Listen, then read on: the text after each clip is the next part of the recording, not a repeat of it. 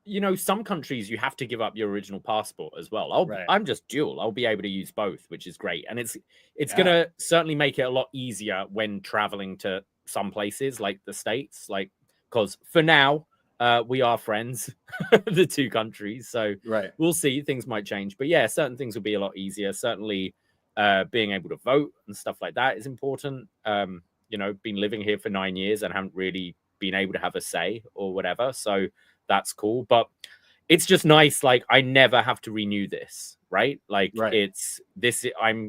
Canadian now. You're so Canadian. I don't need to worry about my visa running out or, it not being applicable in a few years or whatever like that. Like, as I said, as of today, I have as many rights as you do. Nice. Excellent. There you go. Welcome to our country. It's a big day. So we'll have to celebrate with some Canadian whiskey and I don't know, your Canadian I'm cheese. sorry, I'm not drinking a Molson though. I know you're at the BDE right now, and I'll call it the BDE today because you were there. You hear that, folks? You hear what did he just call it? Yeah, that's right. I didn't. But I know Golden Graham likes filling the fridge up with some pretty shitty Canadian lagers, but I'll have some good Canadian beers. All I see are these alcohol-free Coronas. You fucking psychopath. They're not bad. I'm having water right now out of a WrestleMania cup, which I believe says New Orleans on it here, Davey, which is a town I've never been to.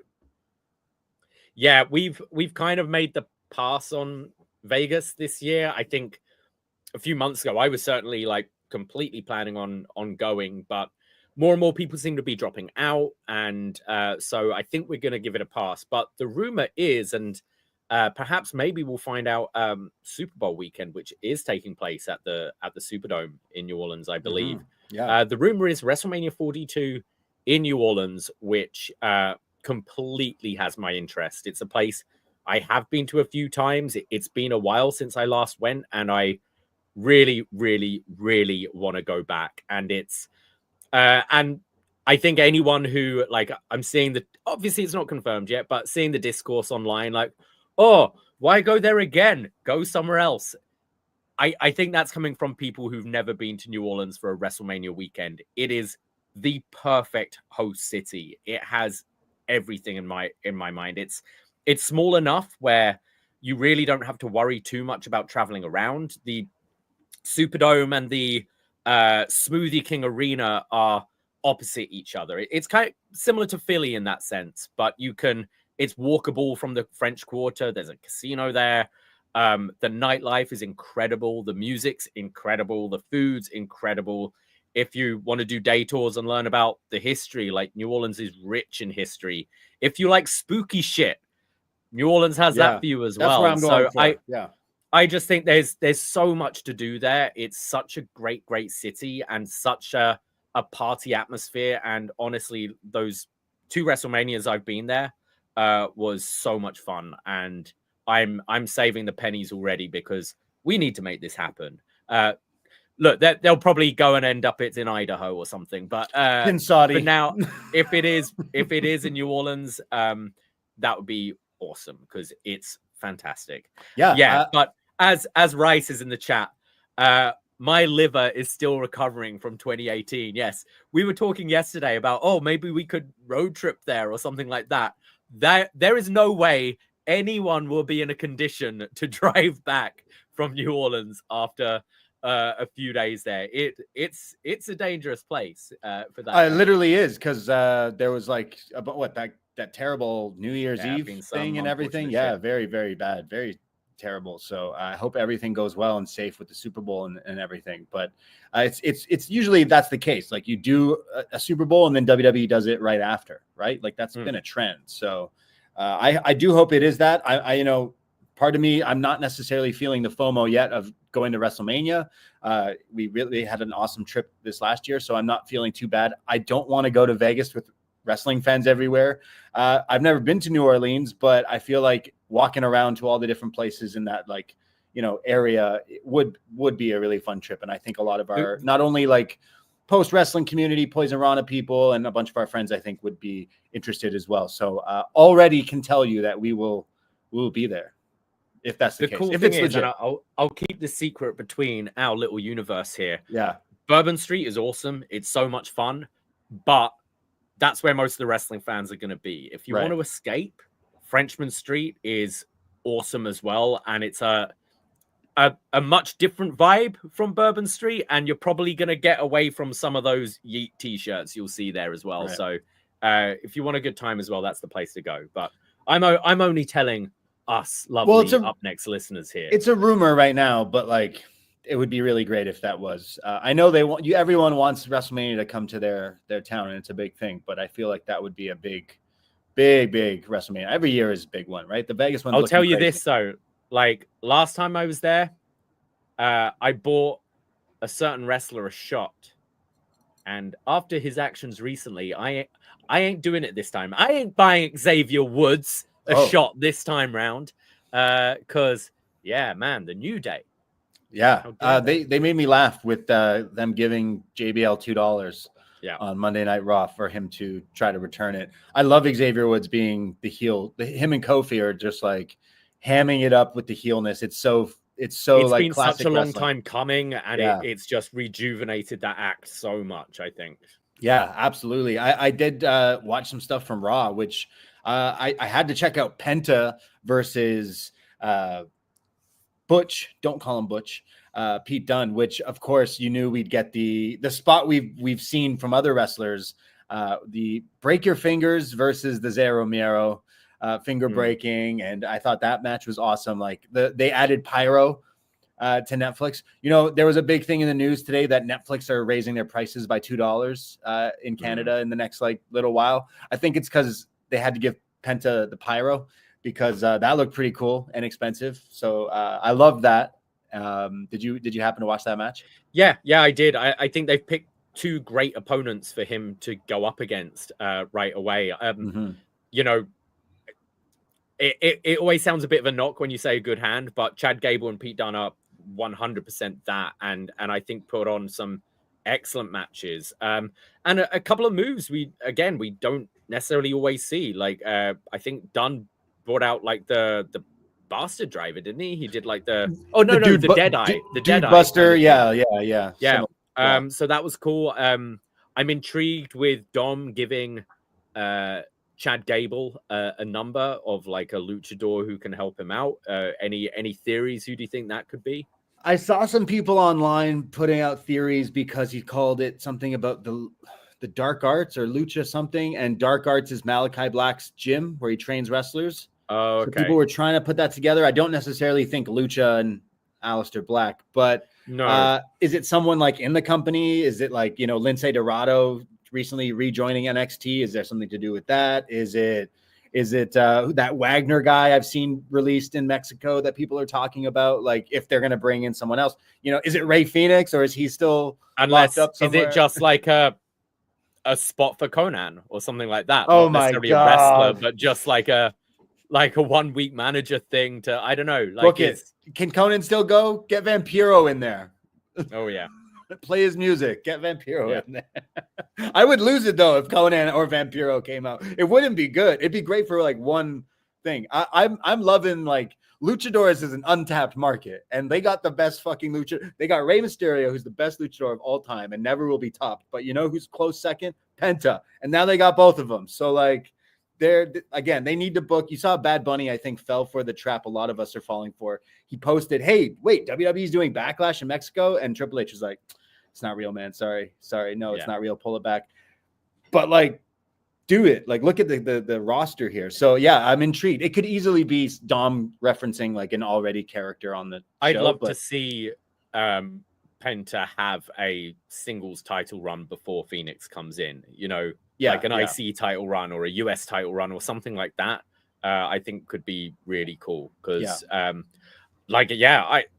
looking forward to, I guess he's still sort of in a program with Chad Gable, it looks like, but I'm looking forward to him having his first like proper feud, not just matches, but segments and that kind of thing, and see how he he hangs, because they're putting a lot behind him so far, and so far so good, I think. Yeah, Michael Cole referencing Rev Pro. I think someone showed him how to use cage match for sure, because he's been like calling all sorts of crazy facts and stuff about those two, especially. But he also referenced that in 1 week they've sold a lot of masks, and the way he said a lot makes me think they sold a lot of masks. Eat your heart out, AEW's merch division. Like, how did you not make money on these masks? Because like the new mask looks awesome. So especially when the backstage videos have come out this week from the week before, and you see like the face mask and everything, like it looks so badass. Like you show anyone Penta right away, a non-wrestling fan, they're like, who is that? What is that? That's cool. He just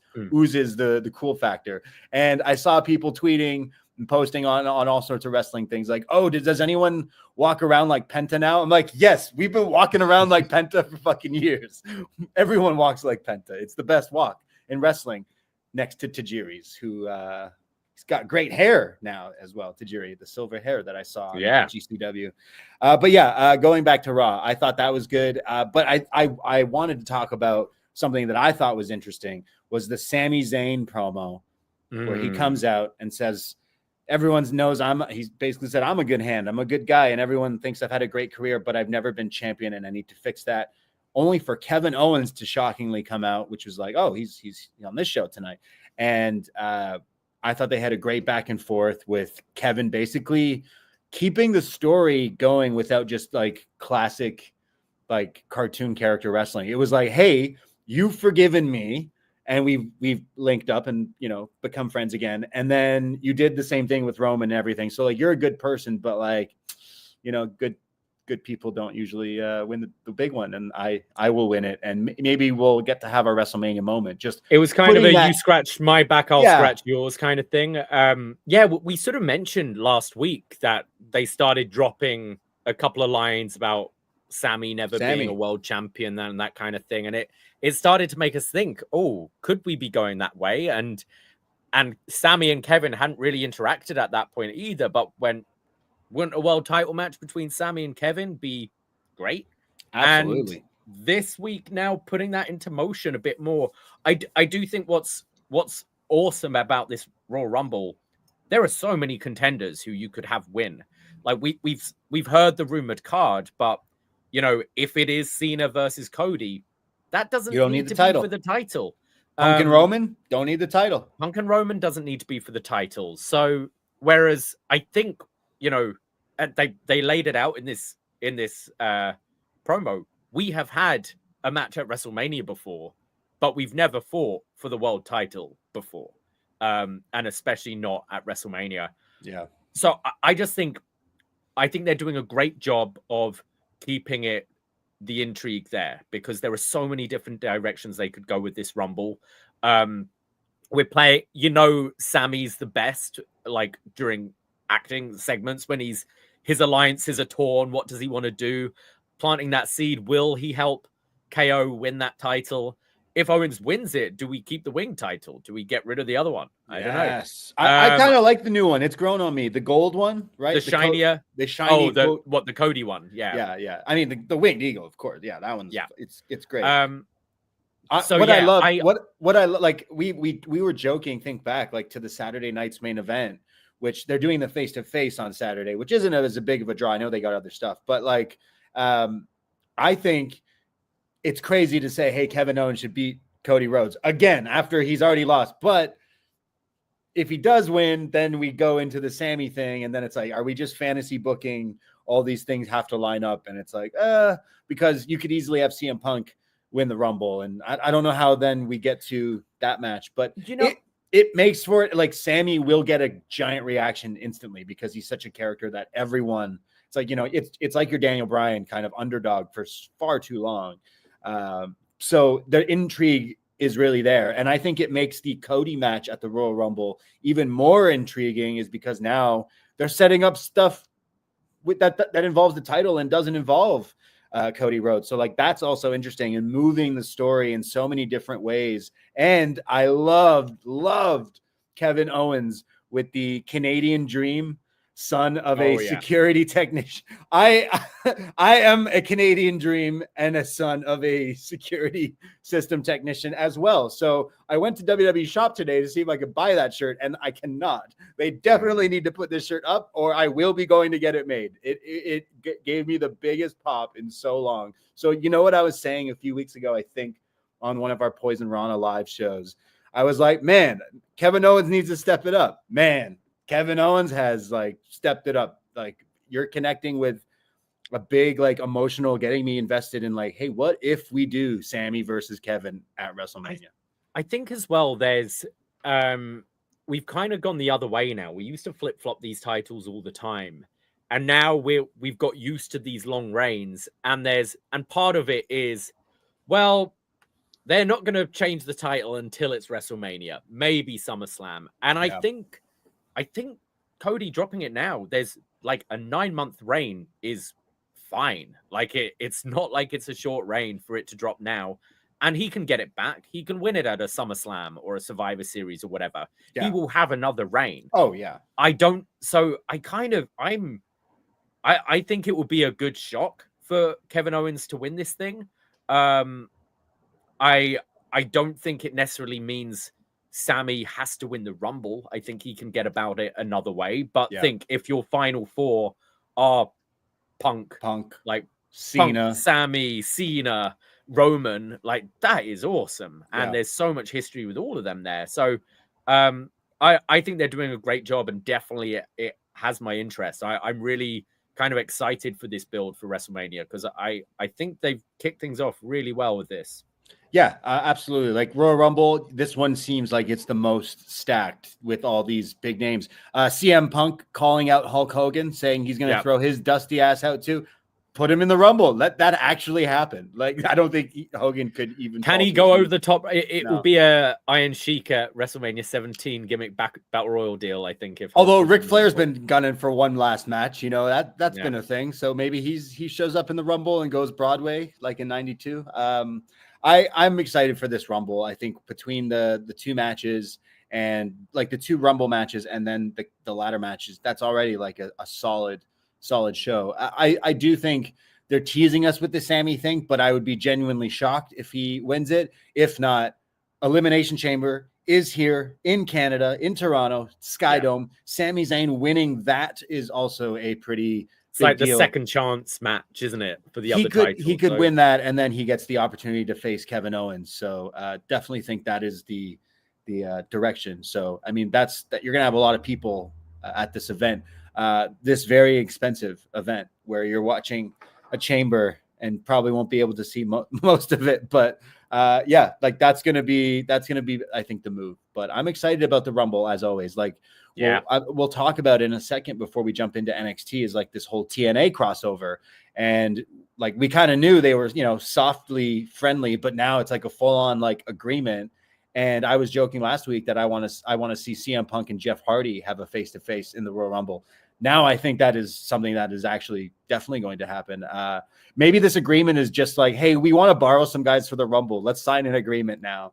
Because Joe Hendry with the title definitely has to show up with the Impact rub there, or TNA, I should say. So like I think this will be like a very star-studded Royal Rumble match, and I'll continue the parade of wanting to see my favorite mid-carder show up, but I think this one will have some of the biggest names potentially.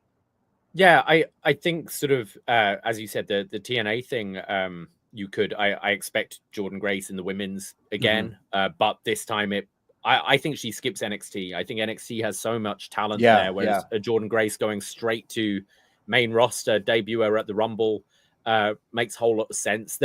The women's Rumble especially is harder to do surprises because I can't think of many they haven't already done at this point. So I think that's always a bit of a harder Rumble to book.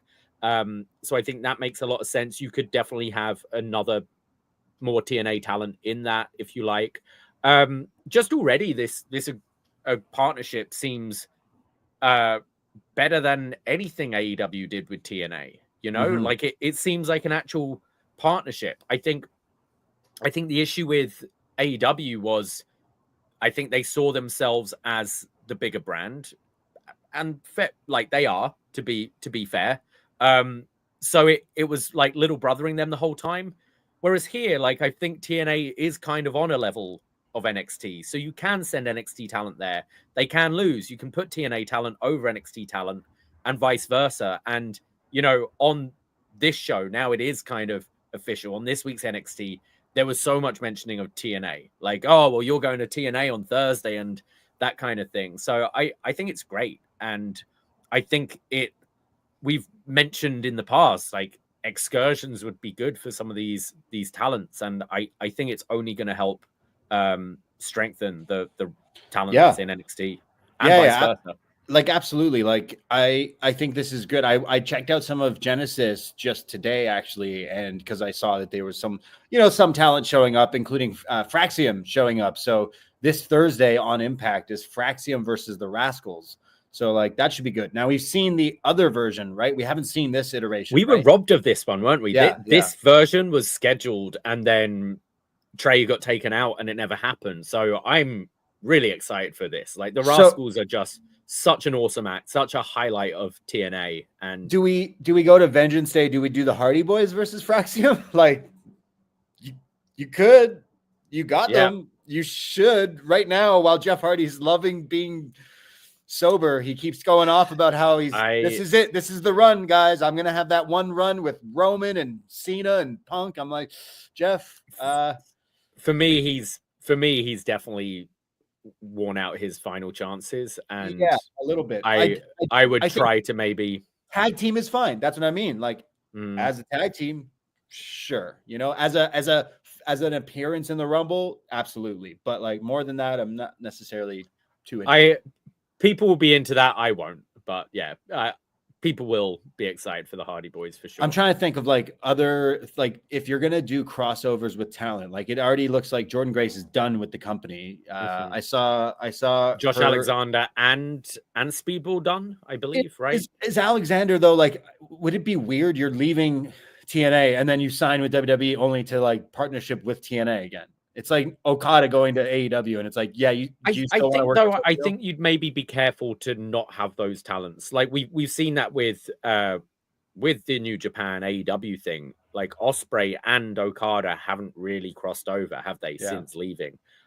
I think they'll give them some breathing room. I totally see if Josh Alexander comes over. I think reforming the North and having the North and Fraxium. So is that a lock, or good. Imagine he says, like, actually shows up on AEW, you know, like, there is that chance. I'd like to see him in WWE at this point, but I think WWE's got to be the only option. Like, if you're like, I think Josh Alexander has so much more of a better chance of, you know, WWE has those kind of trainer producer positions as well, like, which I think he'd be great at down the line. You know, he has had his injuries. He is, you know, like, older than some of the talents there. But having a great tag run with the North and they'd be great on the main roster as well. And I think at this point in your career, maybe you might just want to cash those checks and not necessarily have aspirations of being WWE champion. But I think there's still a good, healthy, long career for Josh Alexander in WWE, which I don't necessarily see in AEW. Yeah, I kind of hope it is WWE or NXT, even main roster or whatever. I'm not sure if the North, if that is still a thing, if they would do that, but like, I think seeing him on TV soon is best for like business. I think him leaving TNA to just go to NXT that's doing stuff with TNA is a little weird, but again, you just don't book him in programs and TNA people. He would be a saving grace of the like men's roster. I feel is a shallow, you know, end of the pool here in NXT, especially watching the last few months of like the title picture and stuff, like, not knocking some of the guys in the thing. We have Oba Femi winning the title and everything, but there's not a lot of other people in depth in it. So we do need some people. We need some heavy hitters in NXT in the world title scene, the North American title scene. It's a little scarce now. They've been looking at the women's division. It's been great. It's been rocking, kicking ass. But I do feel, especially watching tonight's show, I'm like, okay, maybe we need some refreshments here. We need some new people. I think he's someone as well that can bring the best out of other people.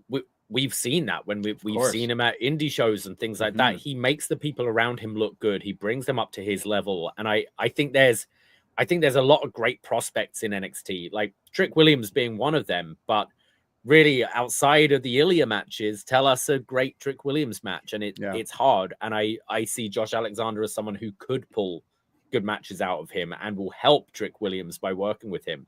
Trick just being an example there. Yeah. I did watch the I Quit match. So Josh Alexander versus Santana. Not my favorite Santana, who is currently a wrestler, but shout out Santana Jackson, who should have been on the GCW pay-per-view and was not. I don't know what the reason there was. The People versus GCW. So I watched some wrestling that I went out of my comfort zone of watching stuff I don't usually watch, and sometimes you should stay in your comfort zone. I think for me with GCW at this point, it's very much fool me once and go get fooled again. Maybe if I wasn't like away from home for a week, I might check this out. But yeah, I can't say I've ever enjoyed a GCW show ever. You ain't getting me to give up time again to give you a go, which I think it's standing at like a 1.3 rating on Cage Match so far or something. Man, I don't want to come off as a hater because I love pro wrestling. I love people who do this for our entertainment and put their bodies on the line. But like it was a little rough. I support GCW and I will continue to support GCW. If you're going to WrestleMania weekend in Vegas, you should absolutely go check out the stuff that they got going on, including the DDT show specifically. I saw they've announced their lineup and they have announced the DDT show, which in 2024 blew my mind. We'll go and see the Grand Canyon, like. But this pay-per-view I watched, and like the People versus GCW, and I think the People lost. I'm sorry. Like it was not my cup of tea. And I love supporting, especially independent wrestling, but it did not hit for me whatsoever. And there was some awful like that injury with Alley Catch is so brutal. And all the good vibes to her. That was an awful, terrifying injury. Just hearing her shriek, it was like Psycho Sid, dude. Her leg went one way and she went the other. It was very, very scary to watch. So, oh boy, it was a weird wrestling experience. I'm just looking. I'm kind of looking at the card here and there. I'm looking at the card, man. Effie and Mance Warner going 20 minutes sounds like a punishment. How many matches are on this show? I like Mansoor. I like Mance Warner, but I just no. Sorry. Yeah, I support indie wrestling. Again, I'm coming off like it did not hit. I gave them a chance. I watched it, and I did. The highlight for me was Super Crazy at like 51, 52 years old hitting a moonsault. But like that's just Super Crazy doing a moonsault. It was like, okay, sick. But like everything else was a little rough. It was a little rough. And same with like TNA, they had a great audience. They had a great crowd that were really into it. And they've been definitely on the momentum. You just feel the vibe there is better with the like stuff with WWE. Maybe not so much with the she's a racist chants from the crowd multiple times during the Jordan Grace match. However, I thought there was some better wrestling on that show that I watched this past weekend, but still nothing that like, I'm happy that Joe Hendry is the champion and he should go into the Royal Rumble, make an appearance with the Impact World title. Like, I think that's a good idea, but I hope both products step up into 2025. It's cool that they kicked off the year with two pay-per-views from, each of them, but maybe the Hammerstein is cursed now. I don't know. Like maybe since Big Show and Batista wrestled there or something, it's just been whenever since WWECW, cursed building. Just don't run it ever again. I'm talking to UAW, Ring of Honor, and GCW. I will say what I did see from the TNA show, it looked like a great crowd and like upped their production and all that. So I obviously the NXT tie is going to help them with attendances and things like that. So that was good to see for sure. Yeah. No, absolutely. Like, again, I'm kind of taking shots, but at the same time, I want wrestling to prosper. When WWE is so hot right now, wrestling gets a whole lot hotter. And I don't usually watch these shows, but I did. I'm going to dip my toes. Why not? We talk about wrestling a lot. Why not watch more wrestling? And I did not enjoy it. Especially this kind of time of year, you know, it's January, it's cold. We spent a lot in December. We're saving our pennies, staying in on a Saturday and watching some wrestling. Like, it's great. We love wrestling. And even though, like, even, you know, I'm saying GCW is not my thing, like, it's great to have those options there for you. Exactly. That's what I'm trying to say. I don't want to come off like, oh, these guys just shit all over it. Like, I'm telling you my reasons. Nothing hit necessarily for me, but I want them to continue to do better. It's got to be hard because not only in like a TNA or a GCW, like at any moment, anyone you're trying to attempt to push or build stories around, they could leave at any second to go on to, you know, greener pastures. So it's like, I get that it's a grind and everything. So I appreciate it 100%. But yeah, I love still going to indie wrestling. We go to a ton of indie wrestling in Toronto, and I know like Elimination Chamber coming, like there should be lots of shows hopefully built around that. We got like Smash Wrestling doing shows. We got the Northern Crown shows that we had a shit ton of fun at the last time, and Demand Lucha, and I know there's like Greektown and everything. So definitely support it. And I'm not saying that we don't, because we do. We love that shit. We love indie wrestling. Yeah. Another thing, if you are coming to Toronto for Elimination Chamber, I know it's going to be cold, probably March 1st, but it's the Sky Dome, it's the Rogers Center, and it's WWE. So in case you've been living under a rock, they're on fire right now. So if you are planning to come to Toronto, maybe we'll see you there, because stick to this program, because you might hear some things in the next little while. Definitely excited to see some familiar faces up here for some wrestling. So yeah. And while you're listening, which I hope you're still listening, you should go to patreon.com/Poisonrana and go to Poisonrana.ca for the links of all this stuff that we do, because Davie and I don't just talk about NXT, but we talk about a whole lot of other stuff like AEW and GCW and TNA and lots of other stuff. On Poisonrana, we do a show every Sunday. We didn't do a show on Sunday because there was so much wrestling going on Sunday night. So we will be back this Sunday, 2 p.m. Eastern time, and we will be talking all about some build to the Rumble, more about Raw, SmackDown, some Dynamite as well. And join us in the YouTube chat because we'll definitely be doing some Rumble predictions. And I want to talk about Rumble pools and everything. It's a very exciting time. So we'll have Saturday night's main event to talk about this Sunday. Yeah, exactly. So we'll be live 2 p.m. on Sunday to talk all about that. So give us a follow on our other shows. And like I said, we have a Patreon, which keeps the lights on, and we do lots of other shows. We just dropped episode 5 of The Champ Is Here, where we were joined by What Up Doe, B Detroit, and John Cena. Not John Cena, John Cena, to talk about John Cena's 5th title reign, which is the iconic, memorable, infamous John Cena, Big Show, Edge, Vicky, Love Triangle, Octagon. I don't know what my shapes, but yes, we've been going through every John Cena title reign, and now we've made it to the 5th reign, the John Cena WrestleMania 25 triple threat. One of the most baffling world title builds. I mean, there have been some bad ones for WrestleMania, but normally, at least for WrestleMania, at least by like the go home show, they're like, all right, well, this is the match, and they're selling it hard. Oh boy, what a stinker and what a baffling triple threat they booked for WrestleMania in 2009. I don't ever want to see Vicky Guerrero and Big Show making out ever again. It's just burnt. I need eye bleach still. You know, Wrestle Crap makes for much better podcasts. As much as we love talking about the good shit, talking about the shit is pretty big fun. Shit. Yeah, we had a lot of fun. This features Edge when he beat the shit out of Kofi Kingston, stole his spot, won the world title, then lost the WWE title, then won the world title, and then feuded with Cena, and Vicky Guerrero was cheating on him with Big Show, and it gets real messy, and we talk all about it with B Detroit and Cena Evil, and it was a hell of an episode. So that's on our Patreon, but we got a show this week as well, don't we? Well, we also released a new episode of Was Next last week as well, where we talked about the May 8th, 2014 edition of NXT, which featured the debut of Alexa Bliss. Is she someone we're going to see show up in the Rumble this year? She could be a possible return. And the debut of Kalisto, another great luchador, as we were talking about luchadors earlier.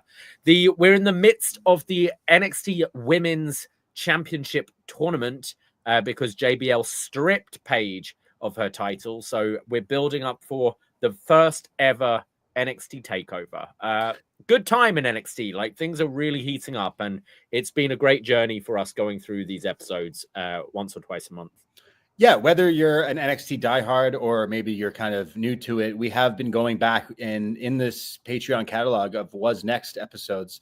We've been starting since the Full Sail era, and now we've passed NXT Arrival, but we're in the build to the first ever takeover, which will be a great show as well as when we get to that review. So Was Next is another great show that you get that just dropped. So follow our Patreon. It's only $5 a month. You get a subscription. You get pennies per different podcast, whether it's those 2 wrestling shows, plus our movie reviews, all the wrestling best match ever 2024, part 1 and 2, both up there to hear us nerd out about the best of the wrestling of 2024, including the best and worst of show with John Away.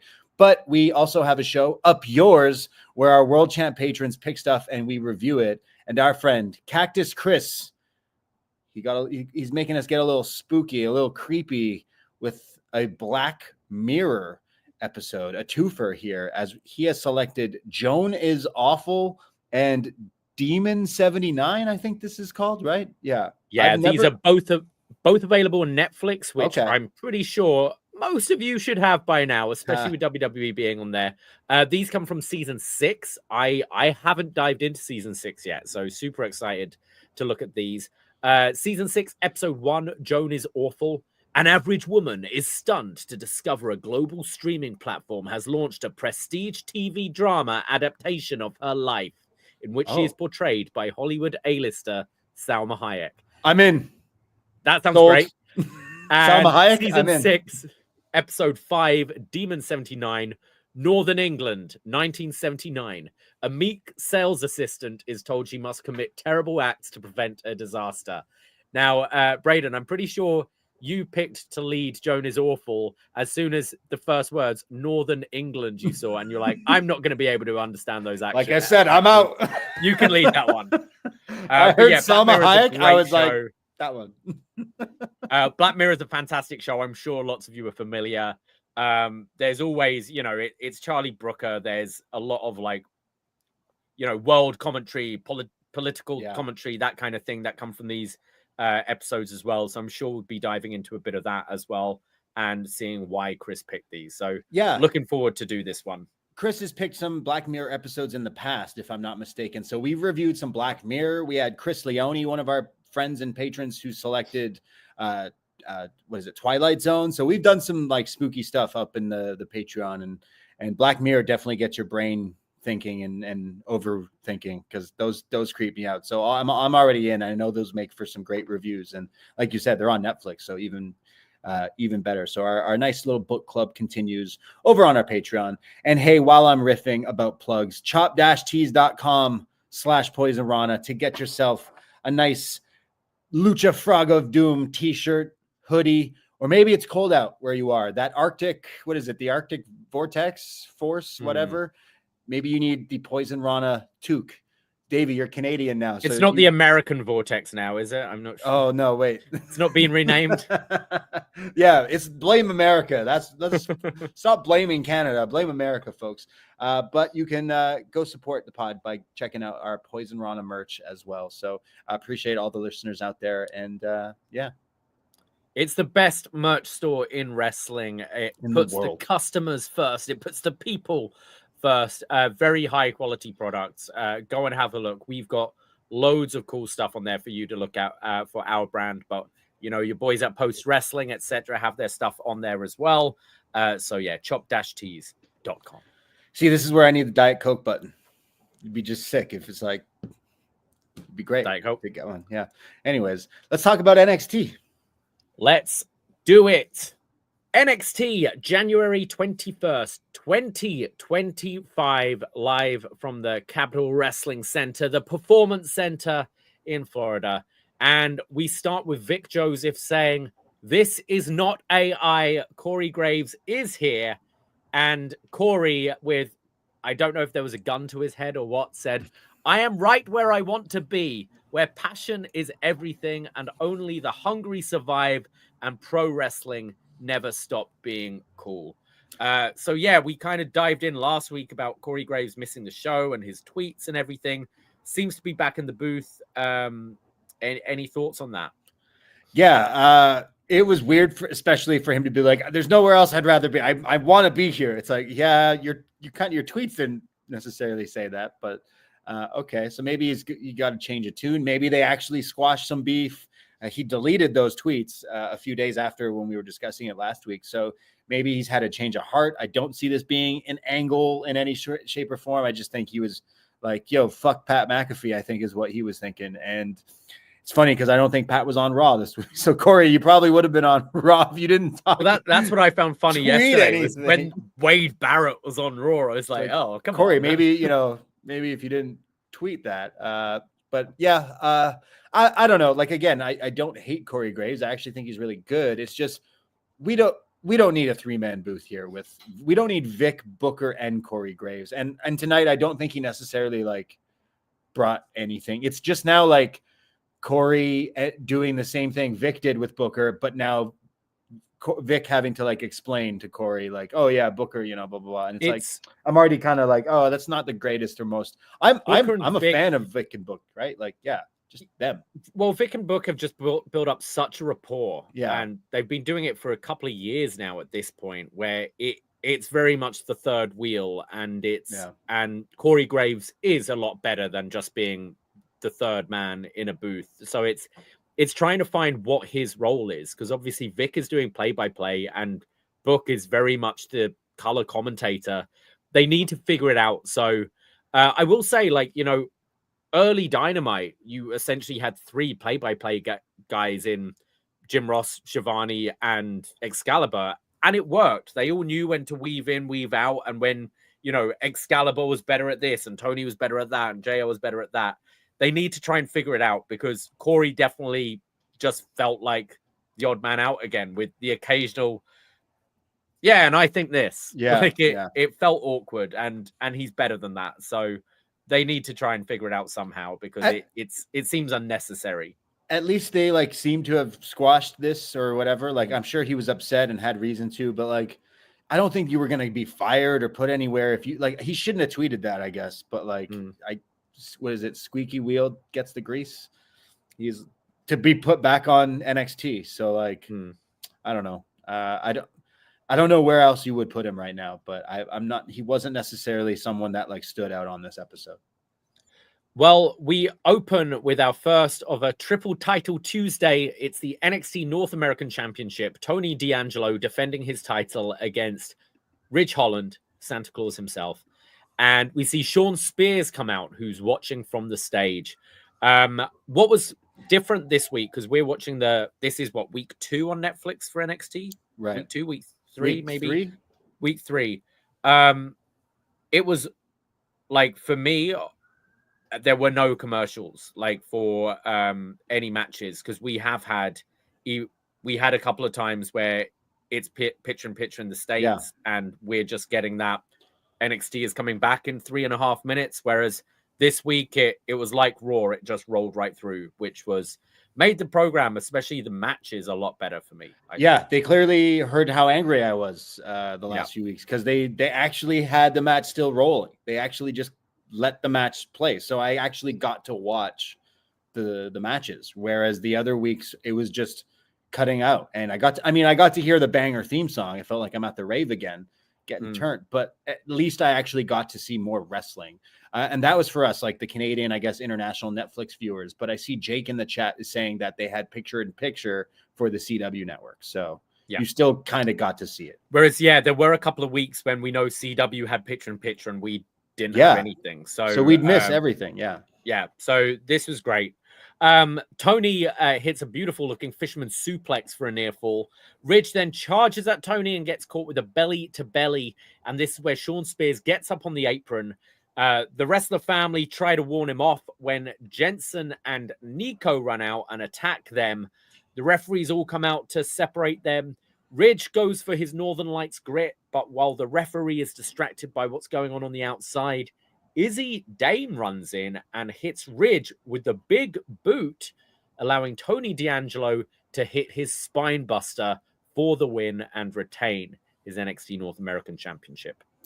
Yeah, Ridge, pretty boring. I didn't think too much of this match, but then he did hit some cool looking moves. I'm pretty sure Ridge hit a like half and half suplex, which was very nice. And considering his size, like that's pretty cool. I love Tony hitting the spear and the spine buster again, like on a bigger dude. It looks pretty impressive. Not anything else really too memorable from it, except Sean Spears watching. And then to get revenge on Sean Spears and his boys, Izzy Dame gets involved in this match. So a bit of a weird way we got here and a bit of a like, but why? But I guess we'll get that in the next few weeks. I actually like this finish. I'm not always about the interference and the distraction, but I much prefer this to a dodgy finish we get later in the night, because I thought it just that one move made Izzy Dame, like it was the best thing Izzy Dame's done. You know, she's hitting Ridge Holland, who's one of the monsters in NXT, with a big boot, laying him out. And I thought it made her look awesome. And I kind of like the intrigue coming out of this. Like, is she actually going to join Spears and she's kind of fucking around because Tony's maybe an easier challenge, like easier opponent for Spears? Is she trying to be with Tony? I kind of like the intrigue coming out of it. And Tony was playing sort of the confusion pretty well afterwards. Like, why did you do this? Was it last week when she's like, hey, stop trying to, bug me. Stop stalking me. Yeah, stop chasing me. And it's like, he wasn't even doing that. Now it's like the same thing. Like, oh, I knew you were going to get involved because you were out there. He was standing there the whole match. And then it's Brooks and Nico who gets involved. So it's like, okay, so she thought I'm going to go out there. So you're right. Like maybe this does lead to her actually, this was a ploy where she's going to end up working with Sean Spears. This is probably the end game of this story, I guess. Or Tony breaking away from the family to be with her. Like he did mention he's got aspirations for the world title as well. So maybe he does drop this title some down the line. I do see it being Izzy screwing him, but I kind of like that it's a bit of a mystery at the moment. He can't leave the family. Is she Italian? He can't leave the family. What are you talking about? Although, like, where do we go with Tony? Because if we're not bringing him up to the main roster, like with the family, I genuinely think a mobster, Italian American mobster gimmick in WWE in 2025 should work. Like it should. So like maybe there's a way we can make that work. I think he'll have a world title shot before he's had it. He's had it before, but I think before he moves up, I could see him as a post-Mania call-up potentially. We were just at, what was Stand and Deliver, He was right? Stand and Deliver against Ilya. Yeah. But remember last week, he had the confrontation with Oba because he was like, hey, I was the last man that beat you, so I should have a shot at that. So I do feel a bit of unfinished business there, and maybe this whole thing is a way to eventually get the title on to Sean Spears, I guess.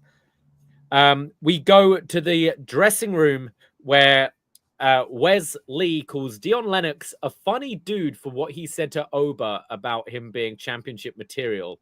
And he says, look, there's a difference between potential and a former champion like myself. This winds up Dion, who challenges Wes to a match. And then Wes says, talking about former champions, here is Trick Willie. And Wes continues running his mouth when Trick just walks right up to him and slaps him across the mush. What did the five fingers say to the face? That was a slap. And Wes, like, he connected. His handprint, it was on him, but he sold it great. Like, he flew, and the boys were like, oh, are you okay? So I like this. Like, he really smacked him, and it made Trick look a bit more serious, not the, like, playful Trick, Yeah, we haven't seen a whole lot of Trick since losing the title. So I think this is good. I think Wes Lee feud is, while Wes is a heel, this makes so much sense, and hopefully it's gonna help Trick as well. So I like this direction. Yeah. So we then see Bayley, who comes out, who was announced yesterday that she is now permanently on Raw. And there's welcome home chants. She goes, "You're right. This is my home. I came out last week because I do care about Roxanne. I care about everything she's done here for the women's division. And all I got was a slap across my face. And Roxanne compared me to Natalya and CM Punk. But I see that as a good thing because they built the foundations and they helped me become who I am today. And I didn't come back because NXT owes me anything. NXT doesn't owe anyone anything. But I'm back to challenge obnoxious people like Roxanne." And then someone in the crowd just yells, "I love you, Bayley." And she kind of stops and acknowledges them. She then says Rox came onto SmackDown and was running her mouth and then tried to attack me when she was facing Nia Jax. And that doesn't prove you're ready for Raw or SmackDown. And it doesn't show you're ready to be a leader of the youngest roster in WWE right now. And then she's listing off a bunch of the female talents, Kalani Jordan, Jada Parker, etc., and just says the sky's the limit for them when Julia comes out and says to Bayley, "Roxanne may not look up to you, but I do. And I hope to hold this title with as much honor in NXT as you did." And Bayley admits that she's actually a fan of Julia and is proud and happy to see her become a champ. And that is when they're interrupted by Roxanne and Cora Jade. And they're just getting a sea of boos whenever they're trying to talk. And Bayley says, "If you actually cared about the future, you wouldn't have punched me in the..." Roxanne says, "If you cared about the future, you wouldn't have punched me in the face last night on Raw." But they're just getting booed and booed. And Julia and Bayley are acting like they can't hear. Cora tells Julia to just hand the title back to Roxanne as she can't hold it the way she did. And then Roxanne lists off everything Bayley has done in her career. WrestleMania main events and world titles and Rumble wins and inspiring girls like her in corner. And she says, "Thank you for your service, but it's no longer needed." And says everyone should be booing Bayley as she's been looking at the NXT Championship and she wants to be number one woman in the number one women's division because she knows it's exceeded the 4 horsewomen era. There are shut the hell up chants, and I got the impression they just abandoned this talking segment early and they just decided to fight instead. Yeah. I felt like the crowd really took over and they didn't know how to get out of it. I mean, it was apparent later on in the show that we've complained about someone over the years since we've talked about NXT on Tuesday nights for a long time. About there's always one guy who goes to these tapings and he goes, "Boo." Remember, we've talked about this quite often. So during this segment, he was doing it and then they all joined in and that's how this started to happen. Fast forward to a few more segments, he starts to do it again and the crowd start to chant like, "Get him out of here," or "Shut the hell up," to this guy, like directed to this guy. So I don't know if it was like that everyone joined in and like, this is not like 1,000 people. This is a few hundred people, if that. I've never been to the PC, but I've been to the Full Sail and it was very, very small. Like once you have this going, there's no stopping them because there's no one else. Like it's just these. I feel it's people. Probably harder. Like the performers harder to hear in this environment than like a 50,000. Yeah, because you're right next to all these people. You're so close. Like the sound goes up and they're right there. I feel for them. It looked like it went off the rails and then it cuts to a backstage segment. And then when we come back, they're fighting and everything. So I definitely think they got a bit lost. of that was picture in picture as well. Yeah. I think when it went to commercials, it showed them brawling. But yeah, I got the impression where they probably had other points that they were going to hit. And it looked like Bayley, who was just like, "Fuck it. Let's just go to the brawl bit." I did not like this. We're not going to get this out. I didn't like this. I don't know if it's because like at first I was like, "Oh, this is great." Like, yeah, they're getting the reaction, but it really like wrecked the segment. Which the segment wasn't great to begin with. I've been a long time Bayley fan, but at the moment I feel like we don't really know what her character is. And she feels just like always like, "Oh, I'm an NXT legend. Oh, I'm a former champion." But like, I didn't like her promo. Like she's just saying the same, like, I didn't like it and I wanted to like it. So I thought the most interesting thing that happened was the boos to Roxanne and Cora, but then it just fell like more off the rails. So I'm happy it's leading us to, like, the match is announced. It's leading us to Julia and Bayley versus Cora Jade and Roxanne next week in Atlanta. But how we kind of got there with this was just a little bit messy. I did not like it.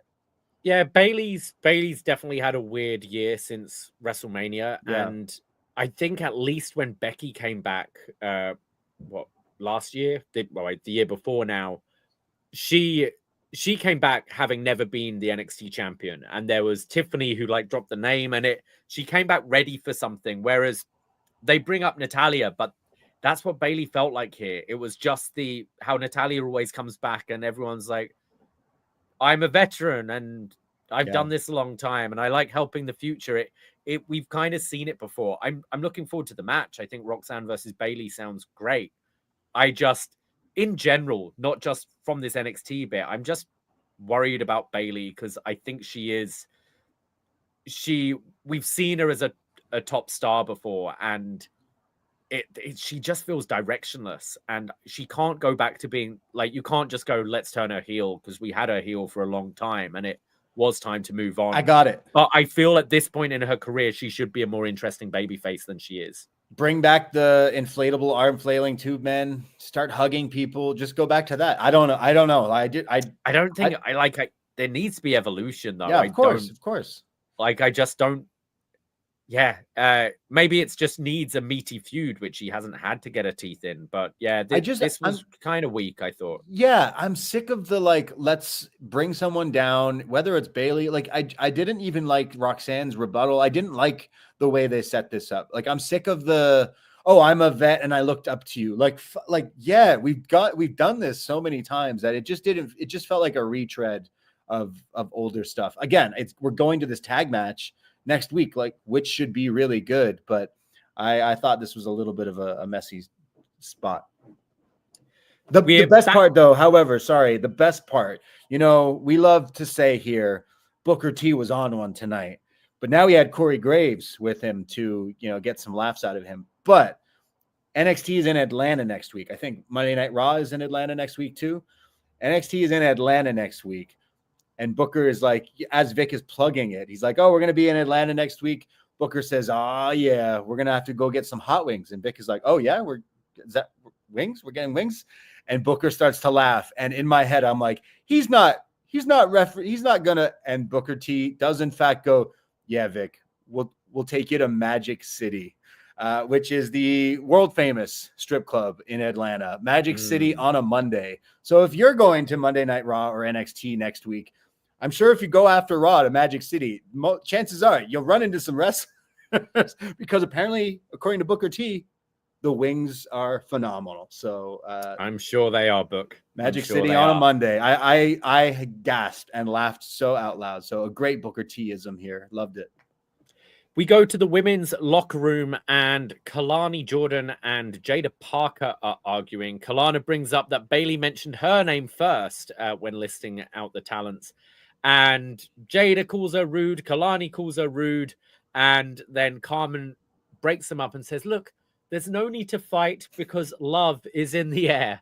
Jada tells her not to get all up in her business just because she finally got a kiss from her man, from Ashanti. And Carmen says, look, it's none of your business what happens with me and my man. Jada goes, your man, Nikita's man. And they start to fight. And obviously we're going to get a match later in the night. But again, I was getting in the first part of this more heelish vibes from Kalani, which definitely came through later in the night as well. Yeah, absolutely. She's definitely going down that route with the more of an edge and everything, which I think will make for a way more interesting character and like development here. It worked for Roxanne. It's definitely going to work for her. But yeah, the love stuff like Vengeance Day with the Valentine's Day tie-in, like clearly Carmen and Ashanti, this whole thing is because of Valentine's Day, and we'll go somewhere on a date, I'm sure, in the near future. But it's kind of, she's like, what, like in the honeymoon phase here, like, oh, love is in the air and everything. So maybe love is in the air, Davey. I'm not sure, but how's the love out there in BC? The love is in the air. Love is everywhere. Yeah. Everyone, love is coming. Okay, I know it's 2025. Monday was a bad day, but love is in the air. Spread love. Listen to Carmen and Ashanti. Absolutely. We go to our next match, Dion Lennox versus Wes Lee, who comes to the ring with Tyson and Tyreek. And Wes jumps Dion immediately, hits a tope suicida to the floor. And then when Wes comes in, Dion launches him so far up in the air that I gasped. This looked great. Just a standard, like, pop-up into the air. Like a pop-up, like flat. Yeah, like a flapjack, but like props him up in the air and then just whoop, and then he just lands face front or whatever. It was pretty cool. There's then ground and pound from Lennox, followed by a shoulder tackle and a big spine buster for a 2 count. But Wes comes back with a series of kicks and enziguri and then hits the cardiac kick for the win. Yeah, you know what? They gave Lennox that spot basically, like you said, you were like, oh, that was cool. Like it caught me off guard. So like they gave him something in this match. It was basically a match to get Wes over, and that's totally okay. He's the character.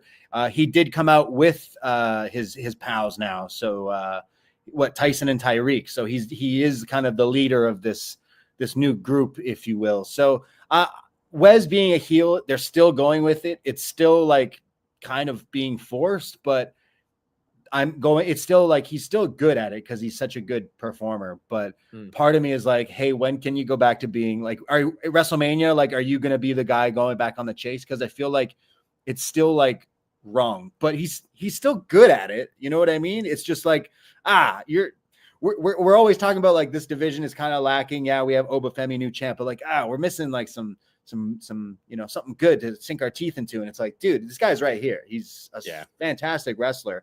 And I feel at this point, it's going to take a bit to turn him back as well. Like, I feel like that's a way away. Dion like has some impressive stuff. Like I thought his spine buster looked good. I thought that like pop-up flapjack looked great. He's very athletic. There's something missing, and I think it's something he could potentially find. There is a bit with him later in the night that is a good direction, I think, but he needs a bit more character. He can't just be the guy that reads books. And I think he's someone who'd benefit maybe being in a tag team or, you know, like if American Made wasn't already a thing, I could see him fitting into that group pretty well, or like the old Diamond Mine, that kind of thing, or NQCC. But yeah, we need to get a bit more from him, but I like that later in the night we do get a bit of direction. Like a bookworm gimmick isn't the strongest. No. Unless you watch Women of Wrestling. I do think they said potential, and I do think he has potential. Like he's pretty good in the ring. It does work in WoW because their champion is Samantha Smart managing the Class Master, and she comes out with the book and the graduation cap and everything. So maybe, you know, reading does get you somewhere.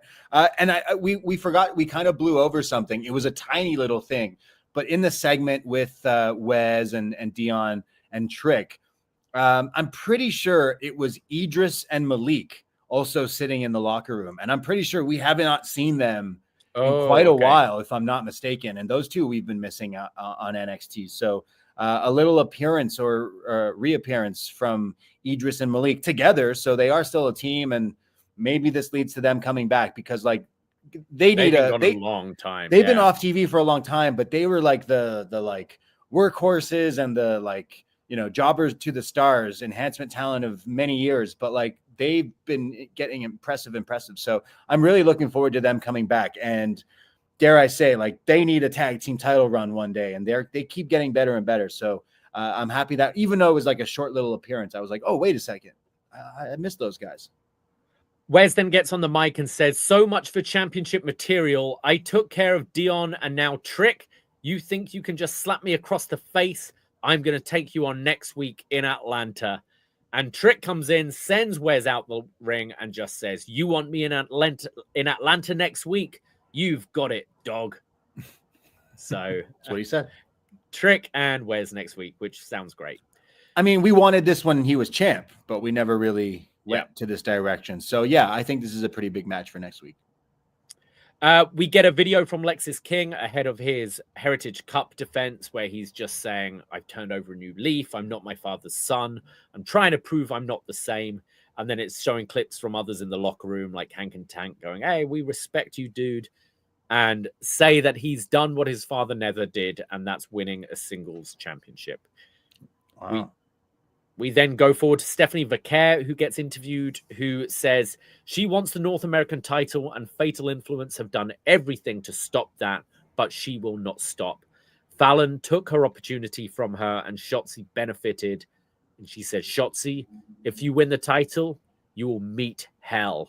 And Fallon, you can run, but you can't hide. Yeah, I love Stephanie Vaquer. One of my favorite characters since joining NXT. Like, she's a complete package. She's got like the promo down. She's kind of like scary, you know, like hey, I also, she deserves to be pissed. We talked about last week how like she kind of won the match that was number one contender and hasn't gotten that match. We don't see Shotzi necessarily winning, so that prolongs this to like Vengeance Day. And like, dare I say, maybe she should take the title from Fallon. I think, although there's more, more chase if we continue, more juice if we continue to chase it. But yeah, I like her kind of with the like English and Spanish and everything. I think she's a pretty interesting character. Yeah, me too. I thought she sounded good here, especially like, English isn't first language. And I thought she got the message across well, and she is intimidating. I hope it is her and Fallon at the pay-per-view at Vengeance Day, because that sounds great. That could be really good. We love Fallon here at upNXT, and like that would be a match. Absolutely. I feel Fallon hasn't had the chance to show off really how good she is in like singles. Yeah, like she's always been impressive, but being with someone the caliber of Vaquer, I think she could really impress in this. Absolutely. We go to our Heritage Cup match, fought under rounds rules, and Lexis King defending against Charlie Dempsey. Round one, and Booker was on one tonight. Vic saying if Dempsey wins this, he'll tie Noam Dar. And Booker's like, what are you talking about? You're delusional, Vic. And Vic's like, no, it's Noam Dar's won 4 times. If he wins again, no, you're talking nonsense. Like, why are you defending Noam Dar? Noam's won it 4 times. Dempsey's won it 3. If he wins it again, that's 4. No, just watch the damn match, Vic. I don't know what he was going on. I don't know what Booker was talking about, because then he also started talking about the TNA Legends title, which is, I was like, wait, what the fuck are you talking about? Oh, bless you, Booker. And this was where Corey's like, do I have to be? Yeah, Corey's like, I don't know what to say. Pulls out Twitter. He's like, what is a Heritage Cup? I wonder what's in Corey Graves' drafts after tonight's episode of NXT. Yeah. Dempsey goes for the leapfrog again, which cost him last time with the inadvertent low blow. But this time Lexis holds the ropes and they have a look at each other like, that ain't happening again, and shake each other's hands. Lexis goes to the European clutch, but gets countered into a sleeper hold into the crossface chicken wing from Dempsey. Very nice. As round one ends. And between rounds, as they go to their corners and their buckets, we see the brass knucks have been left in Lexis King's bucket. We go into round 2, which actually takes place during the break. On Netflix, we got to see the whole thing. And Lexis gets out of this arm submission with a suplex. They're trading wrist locks, and Dempsey goes for a sunset flip. And it's a bit of Brett Bulldog here, because King just kneels down and picks up the first fall during picture-in-picture. Mm-hmm. Yeah, I for a second was like, oh, I'm shocked that we did this. So they do wrestling in the commercial breaks. So that's, maybe they're like, okay, wait, we're actually going to be showing the match on Netflix this time, so we can actually have this fall. Because imagine this was in like last week where we just come back and it's like, oh yeah, he got a fall. I'd be like, oh, well, can we see that? I like doing it sometimes, especially when it's a rounds match. Like, it's not the finish, but you're getting something like meaningful during the commercial break. And it's meaning these, when we see it, on Netflix go to black and come back up when we know it's commercials, it's, oh, maybe we should stick around. Yeah. And we come back and Vic saying that's why you can't go anywhere in the picture-in-picture. Where round 3, there's a beautiful German with a bridge from Dempsey for a 2, followed by a super kick from Lexis, but Dempsey kicks out. And then Dempsey delivers a knee to the face and a double underhook suplex to pick up the second fall. So we're 1 apiece going into round 4. And Lexis looks, he's like, I don't know what to do. I could lose this thing. So grabs the brass knucks, but shakes his head. No, I'm not my father. Puts them back. It's like the Green Goblin mask calling to him. He's like, oh, these brass knucks. There's a Northern Lights with a bridge from King, this time for a 2 count, and then hits a high cross also for a 2. Goes for the super kick again, but gets caught and hit with that like leg trap German suplex, just dumping him on his head with this. I thought he got hurt from this. This was nasty. Rough. Man, Charlie Dempsey, suplex machine with the suplexes. That double underhook got a fall, but this German was nutso. Like ever since Shelton on Dynamite the last few weeks, people are like, oh, and like Takeshita has a mean throwing German, but Charlie Dempsey been practicing because he's like the master of it. He's got some beautiful bridging ones, but this one, like this guy threw him on his head here. Who knew Lexis King and Regal Jr. Going like strong style here. Bushiroad. It was hardcore, that German. I'm shocked he got up. I actually thought, like, is this a fall? Like, that was crazy. Lexis crawls to the corner, potentially going for the brass knucks, but Dempsey catches him and applies the chicken wing again. There's a tope con hilo from King, and then while he's on the outside, King punches Miles Bourne, gets in the ring. Dempsey goes for a roll-up, but it's a kick out.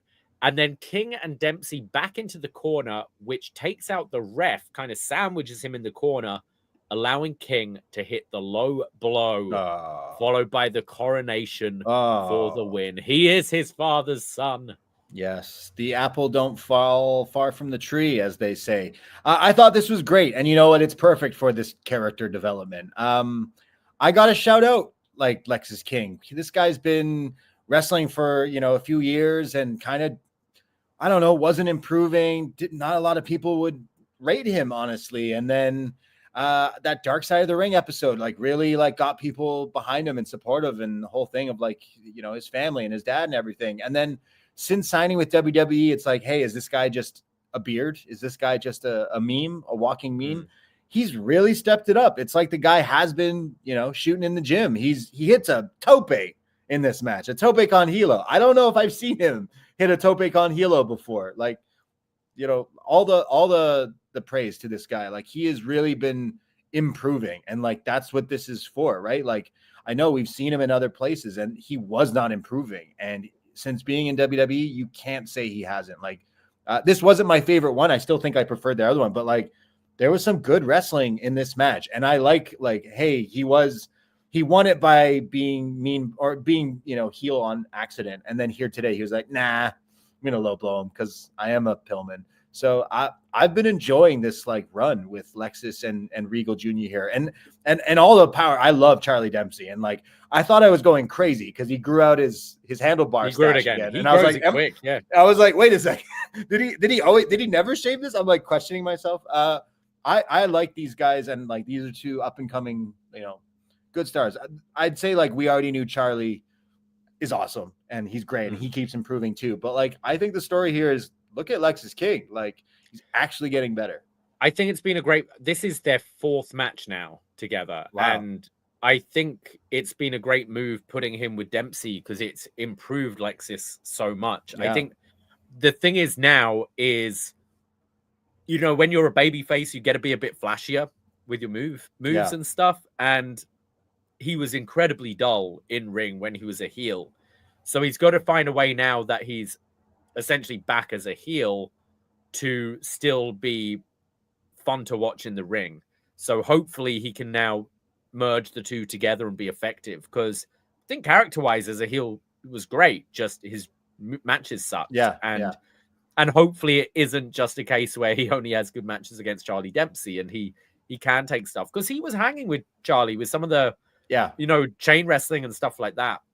No, I enjoyed this. I like it. It needed to happen. He needed to embrace the heel in him, I think. That's his new character. Every match he wrestles like a baby face, and then finally he's like, like it's the brass knucks because of Regal. And I'm joking, like it's like the Green Goblin mask, but like if it were to be something that like is like his father, imagine he's got like something in I'm not saying he needs to have a gun in the corner. A gun? But like my brain did go think that. But like it almost is like looking at like what your father, Harry looking at the Goblin mask almost like, oh. But yes. I do like the idea of next week if he's apologetic, he's like, I'm so sorry, it just came over me, it was reactionary. I'm muscle memory. Oh shit. Yeah, like something like that. And then the next trying match to redeem himself, and then like I like thumb that. to the eye or whatever. I like this character. Yeah. Again, like, look at us. Who would have thought?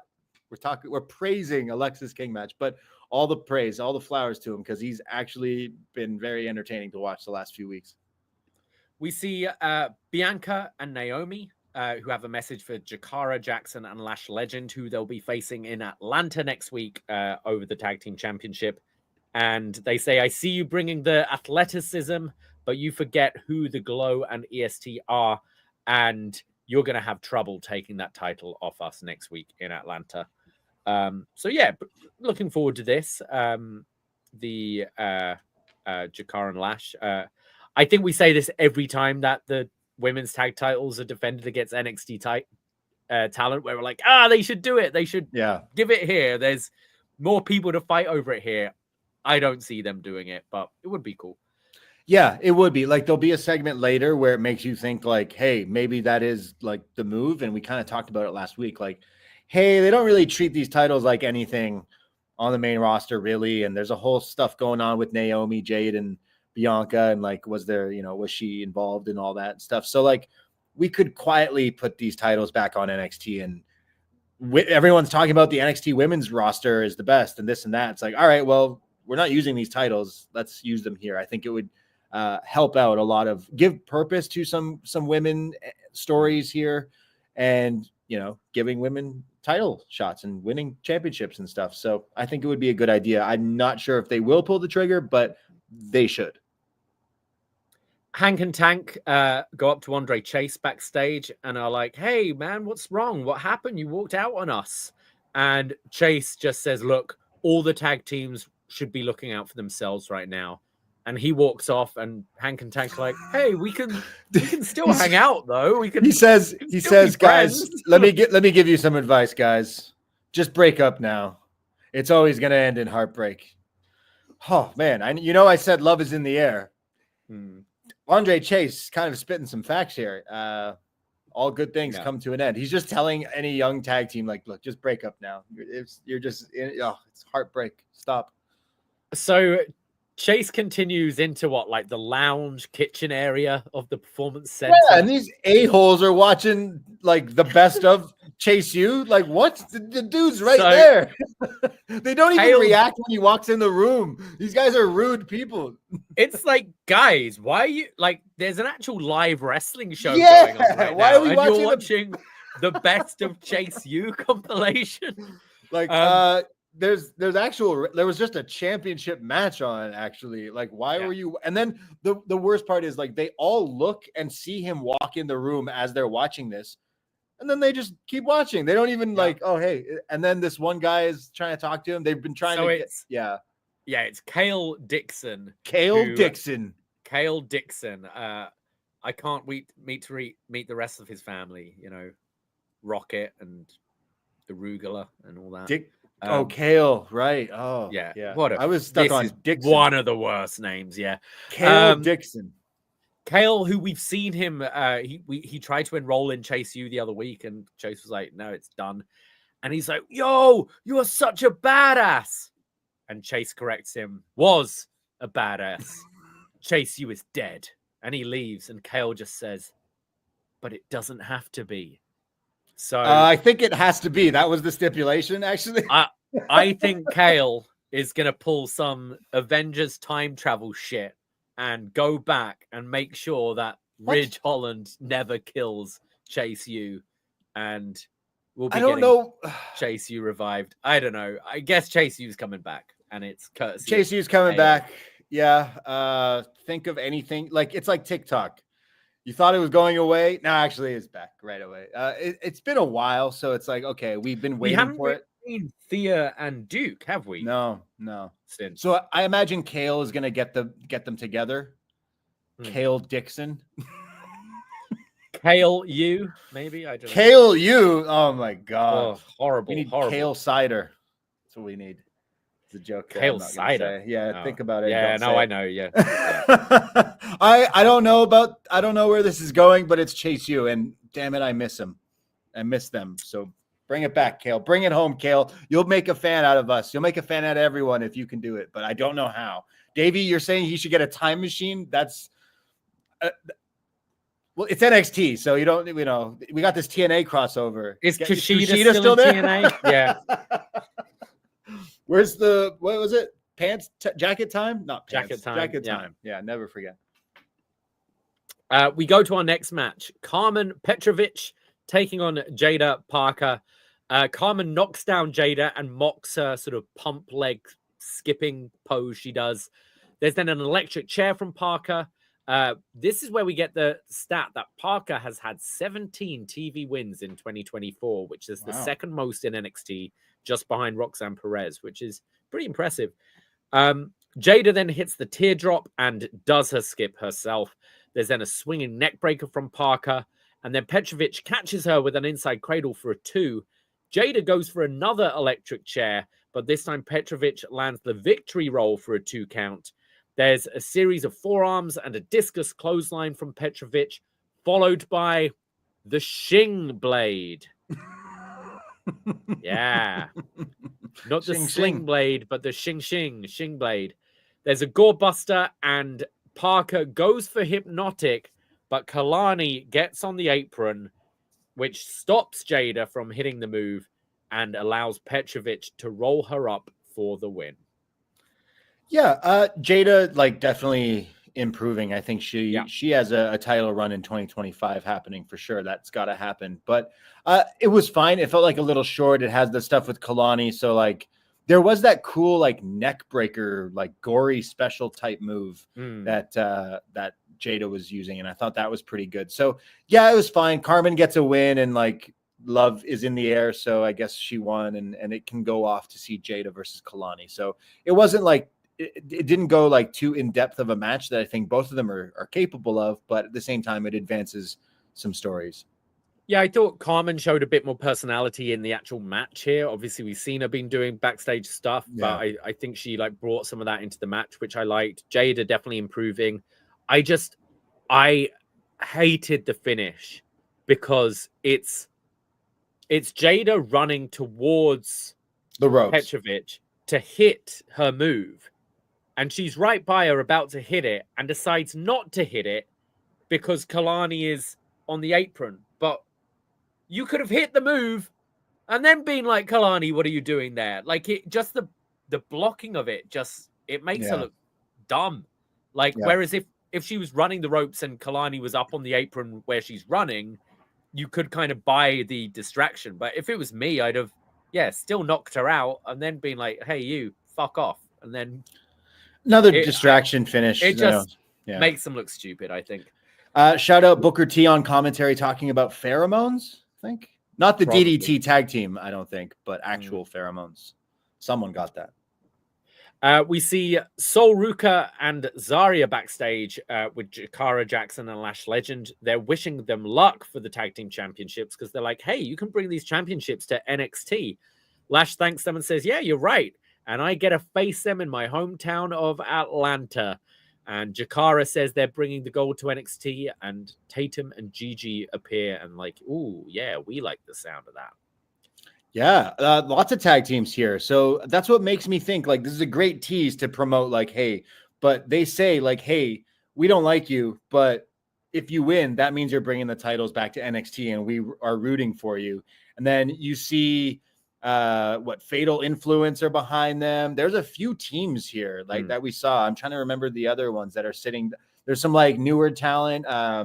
Kendall Gray, I think. You've got the twins, not twins, haven't you?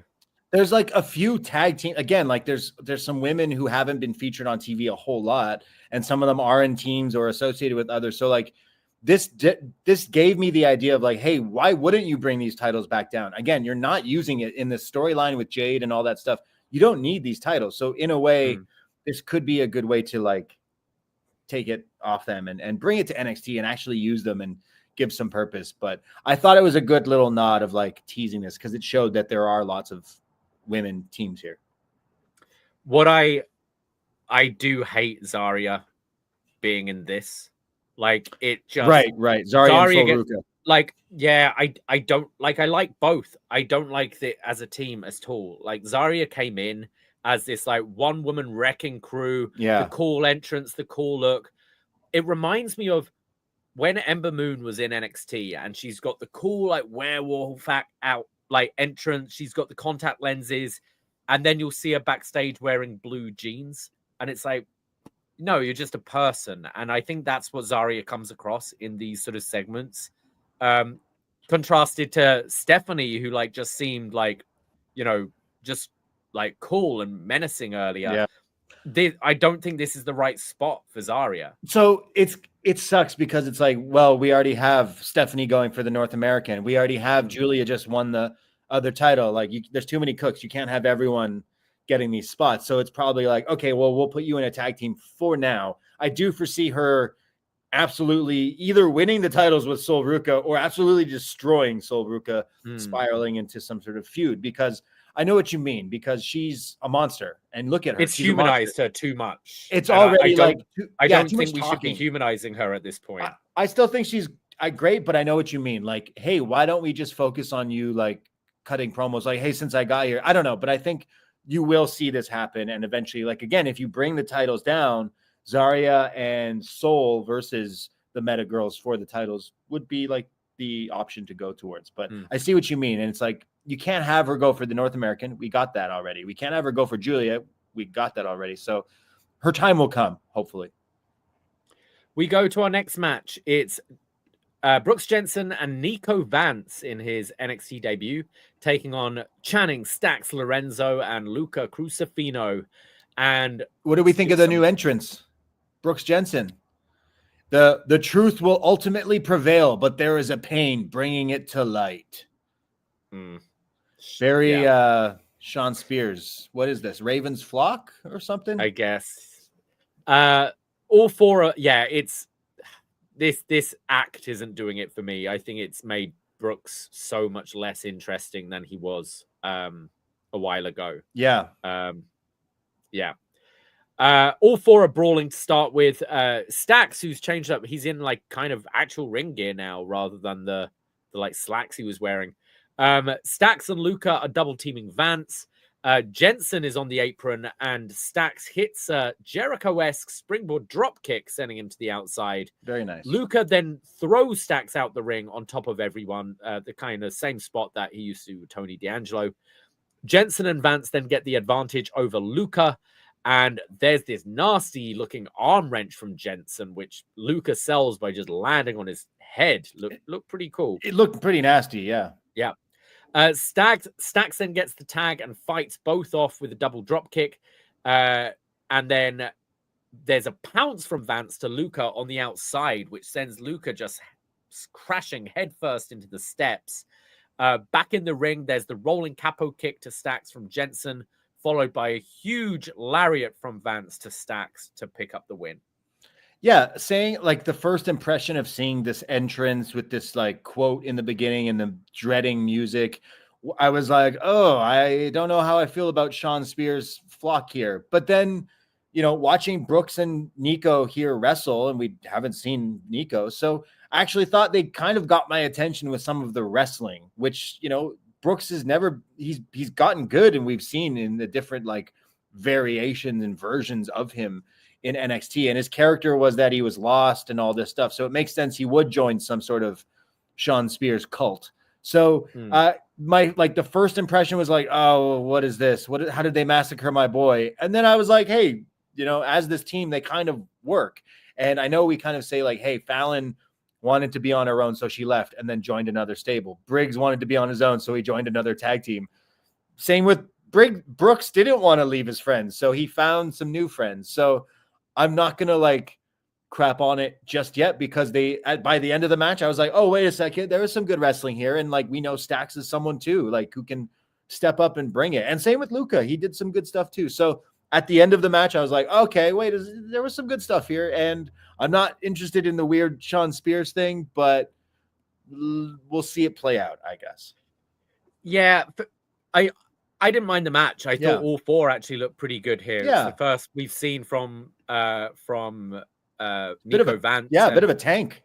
Some of his power moves were pretty good. Although that being said, it's exactly the same dynamic tag team as it was Brooks and Jensen. You know, it's Jensen with the bigger, like tougher guy. I just see a higher ceiling for Jensen, and I think he's been in this role for a bit too long now without it really progressing. Maybe I guess, strong win will build him up to face Fraxium at some point, I guess. Yeah. I thought Stacks looked great here, though. He was, to me, the guy holding this match together. I think he bumps around so well and moves really well, and I'd like to see him break out a bit more moving forwards. We said that for a while. Good. Yeah, we said that for quite a while about Stacks. We like him. But you know what? I thought all 4 guys, these are all like up and coming dudes in NXT. And like I thought they didn't have my full attention at the beginning. I was like, oh no, okay, what's going on? And then they surprised me. So there was some good wrestling. The rest, they're training them good wrestlers down there in the PC. We go backstage to Fraxium, who are being interviewed, and Fraser is kind of celebrating their win last week over OTM, and Axiom's like, hey, man, last week was close, and we kind of just got away with that. In this tag division, we never know what's going to happen. And Fraser plugs that it's Thursday on TNA that they're going to be facing the Rascals. And this is when Briggs and Inamura walk in, and Briggs just says, what part of We Got Next do you not understand? We should be next, and you're taking a day trip to TNA instead. And Inamura says, you're dodging us. And Fraser tells them, look, there's a difference between earning it and asking for it. Who did you beat to be able to challenge us? And this is where OTM come out and they brawl with Briggs and Inamura. So we're going to go to that match. I mean, OTM's got a gripe. They did brawl before their match and then lost. So they could say that we weren't fresh because we got in a bit of a fight before the match. So I think we'll eventually get to Briggs and Inamura versus Fraxium, which should be good. Whether or not that's Vengeance Day or just a TV thing, because we got to save the Hardys or the Rascals for Vengeance Day. But I will be checking out that match. Absolutely. Like that sounds great on Impact. Definitely will be watching that. We'll chat about it 100%. Next week for sure. But also like booking wise, yeah, Briggs is right. Like, hey, wait a second. Why are you giving out title shots? You agreed. But then also Fraxium is right. Yeah. Who did you beat again? Who are you essentially? So yeah, tag team division is like, okay, is good here because we got Fraxium and anytime they wrestle, they're good. So any of these matches sound great. We see Dion Lennox backstage, who is pissed, and he's right. They always have random metal poles in the backstage area. Got that pipe, and he's knocking them around and goes, "Fuck this place!" as he storms off. So whoa, PG brother. He's not The Rock. That's what I heard. No, he didn't say that, but it was bleeped. He went beep this place. So I can't imagine what else he said. Hey, why don't you go read a book, Dion? You loser. Yeah, looking forward to it. Hopefully he comes back with a bit of an edge. Yeah. And this sort of pans to Tony D'Angelo and Izzy Dame talking. And Tony's like, yeah, look, I got places to be. And he turns around and the family are there. And they ask, hey, Don, where were you? He goes, sorry, Izzy was talking my ear off. What do you want me to do? And Stack's like, hey, we needed you out there tonight. Tony goes, look, you've been the underboss for 2 years now. You can figure it out on your own. Ooh. And walk. So, I'd like this to be the start of building Stacks up to beat Tony D'Angelo for that North American title. Wow. The new boss? Like he takes over the family business? Stacks? Like you could do it as you don't have to do it where one turns. It can be a friendly thing where it's like, okay, well, you wanted me to figure it out. This is the Mafia is not a friendly. Yeah, this is no friendly. Or you do it where Stacks takes this from Tony, which would allow Tony to, eventually move up on his own. And you can have Stacks kind of still lead this stable because I think all 3 of them need to be in NXT a bit longer. But okay, that's fair. Tony's I like that direction. Yeah, that makes a lot more sense. Like have Stacks challenge him and take away the family, and then Tony can go away from NXT to main roster, and then eventually they can join him. It has to end with Stacks putting Tony in the trunk of the car, right? And sending him off to. But then he's going to go to the main roster. Yeah, I know they've killed some people before that. Have pretty deadly. Their way. Yeah. Have they? I don't know. Are they on TV? They're on every week. Yeah, they're not winning matches. But they're on every week. I'd like to see Stacks become the new Dawn of the family. I like that. Yeah. And more singles stuff from Stacks. We get NXT Focus presented by Progressive, focusing on Ethan Page, where he says, I didn't want to have to do what I did to you, Dante. I was riding high after All Ego finally shook hands with the final boss.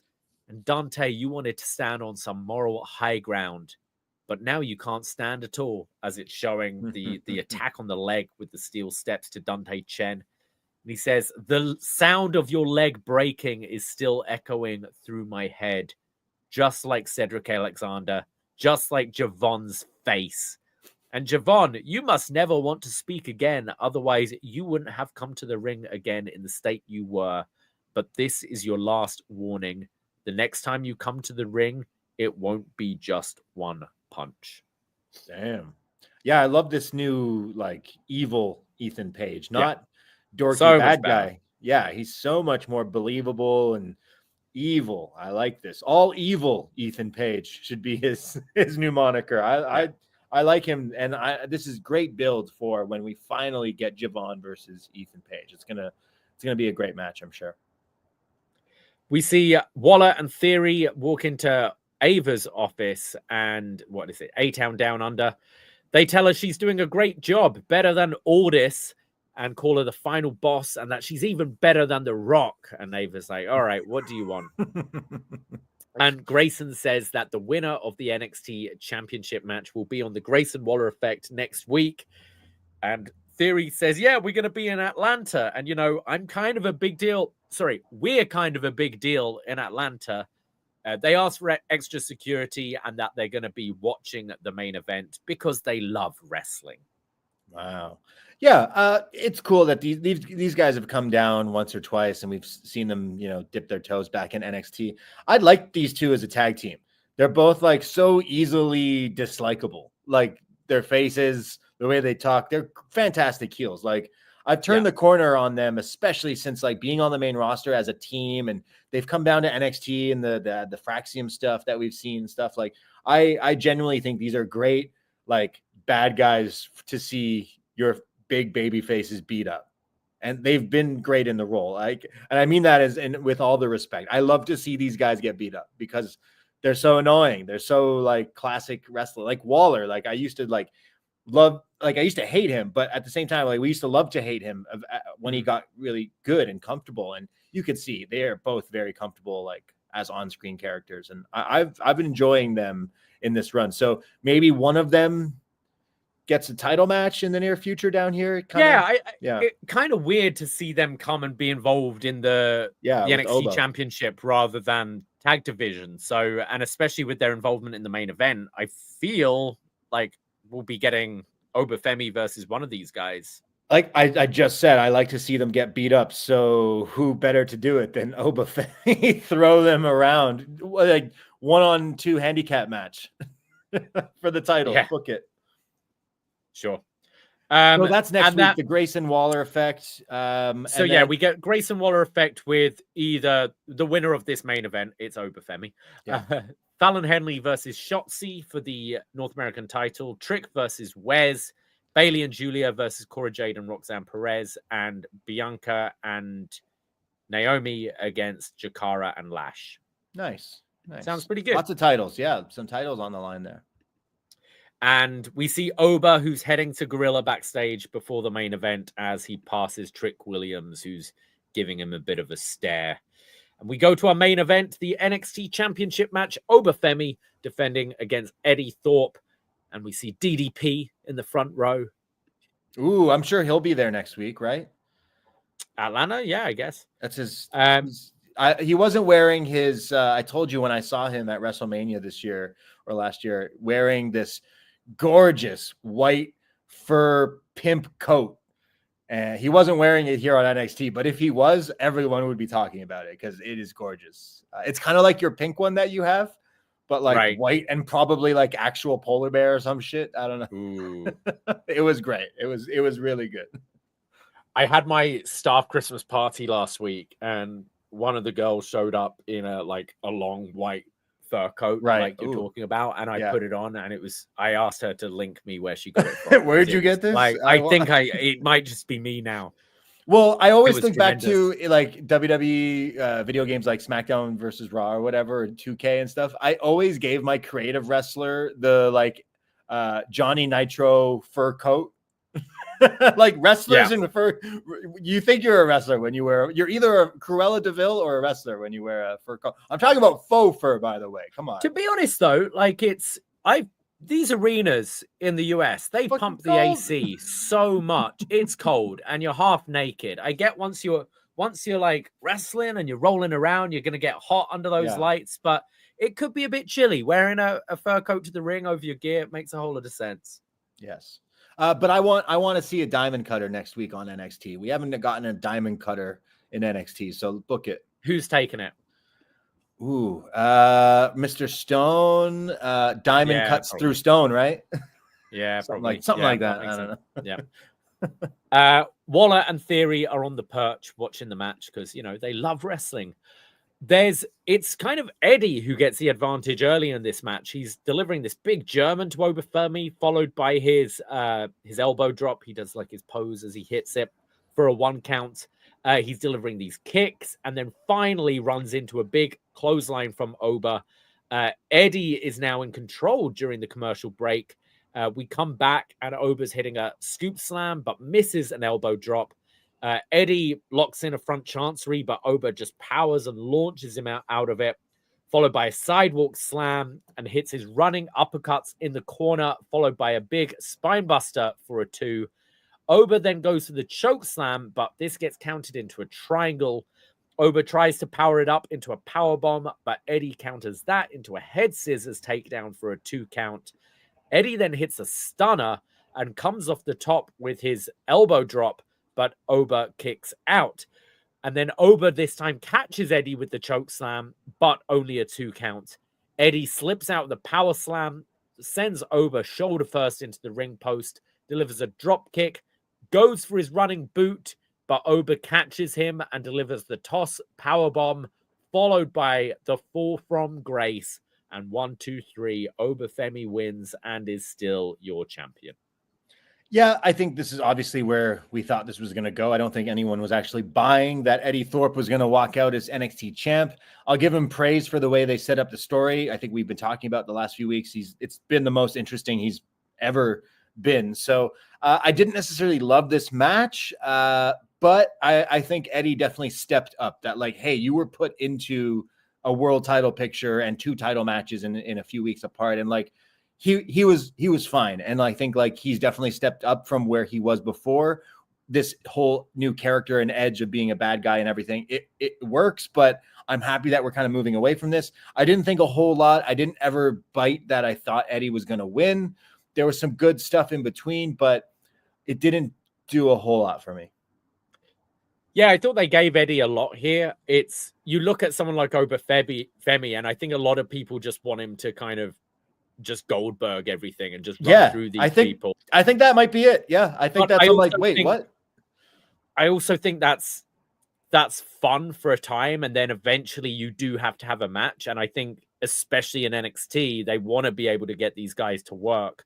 So in doing so, you have to kind of give his opponent something, and they gave Eddy a lot here.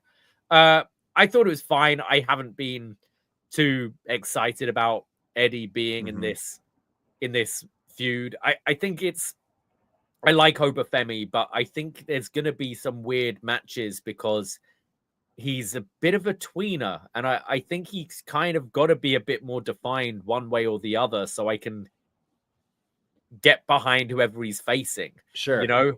So after this goes off the air, like Trick Williams gets in the ring for a stare down. So we're going to be going for that match. Vengeance Day. At Vengeance Day. I wonder who people are going to be behind for that. I think Oba. I think you'll get people doing the whoop that trick, but you'll get the at the same time. I think, like it's weird that they had Oba.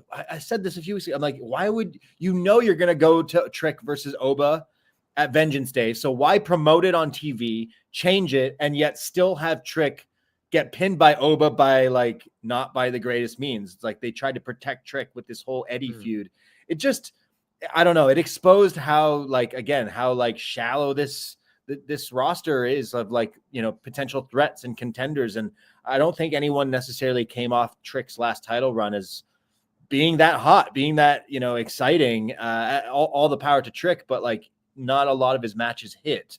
And here we are with Oba, new title, and he's feuding with Eddy Thorpe. And then we're going to go back to Trick. And it's like, I felt like there was some missteps here that made it a little like less exciting. And we do need some new characters in this division, hopefully very soon. And again, like we have Wes. Are we going to get Josh Alexander? The new stuff with TNA, like there's a bunch of guys in TNA that we could easily come in and pair up with Oba Femi, and I'm sure we get some good matches. I told you I watched some of Genesis last week. A wrestler I'm not too high up on, Santana. He would be fantastic in NXT. He would run the shop here in NXT, essentially. He could be the guy. He's someone I would see being brought in. I just feel like we need some good opponents for Oba to make it exciting. And we're going to Trick right away. It's like, cool, we need to do that. But we'll see after that. But I didn't really like this match. I didn't really like this episode. I swear I was in a good mood today. I had a lot of caffeine. I was happy. The wrestling didn't necessarily hit. They're trying some new things.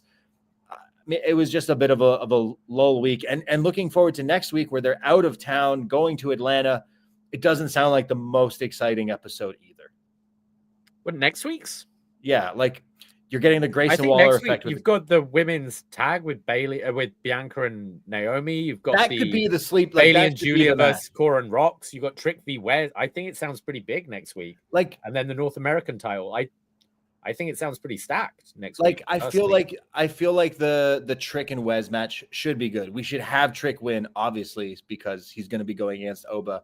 I feel like since Oba winning, like I said, like it should be this big thing, and it's just like he's champion, and we're just, I don't know, it didn't click for me of being super into this episode. I still watched it. There was things I still liked, but I was like, all right, like I'm not too excited about some of the cast of characters, but at the same time on this episode, they tried out some new ones. So I can't knock them. Like Nico, I didn't know anything about that guy. And I'm like, okay, there's some things there. So I didn't hate this week. Don't get me wrong. I wasn't feeling it as much. Yeah. I quite enjoyed this week. So I think it was a better experience on Netflix this week, being able to see more of the matches. I didn't have those usual criticisms we have. I thought that was a good thing. I'm interested what's going on with D'Angelo and the family, and I do think next week's looks pretty good. I'm kind of looking forward to that one. I bet. So, I hope there's good wrestling. Like there should be some good wrestling with that. And like hopefully some of those matches do hit and deliver, and they do show us picture in picture again. As much as I love. So that's what we thought. Let's go over to the Facebook group to see what you guys thought. Yes, we have a Facebook page. Search Poison Rana in any social media, really, and give us a follow, a like. But on Facebook, we have a Poison Rana group where we share different things like wrestling memes and all sorts of fun stuff, including feedback threads where we will read. And I see we have one from Megan. So, Davey, I know you got to read that one. Magan says, a decent load management episode. The title matches were serviceable, and a lot of the C storylines got much needed attention. I love that the Netflix feed ditches the picture-in-picture breaks. The pace flows a lot better. The ad break music is a bop. The A, Atlanta, got even more loaded by booking Julia Bayley versus Roxy Cora to the festivities. Hell of a rub for the new champion. I'm not sold on a heel Wes Lee, but I did get a kick out of Trick smacking him so hard he thought he was Desmond. If you know, you know. Being a couple days removed from Genesis, I dug the TNA references on commentary, and Fraser Axiom's title match against the Rascals got a plug. I'm looking forward to Thursday. I'd be willing to bet that the Cora Masha happens at Vengeance Day. Henley Vaquer 2. I want Javon Evans to beat Moose for the X Division title. There's something too. Like I keep talking about bringing wrestlers into NXT. Like the trade goes kind of both ways, and seeing Fraxium on Impact this week against the Rascals, that's pretty cool. But yeah, like Javon going for the X Division, that's awesome. That would be crazy. That's a great shout because he would, Ultimate X match with Javon Evans. That would be pretty crazy. I think there could be some good talent. Like it could help people, because if you have people in NXT who are like new to wrestling and learning, versus a lot of people in TNA who are like, maybe been doing it a little bit longer. I think, the styles gelling together, it could all benefit. And I can't say I'm very excited to ever watch Impact, but I am, because now I want to watch Axiom and Fraser versus the Rascals. So like already say it's working. Yeah, I agree.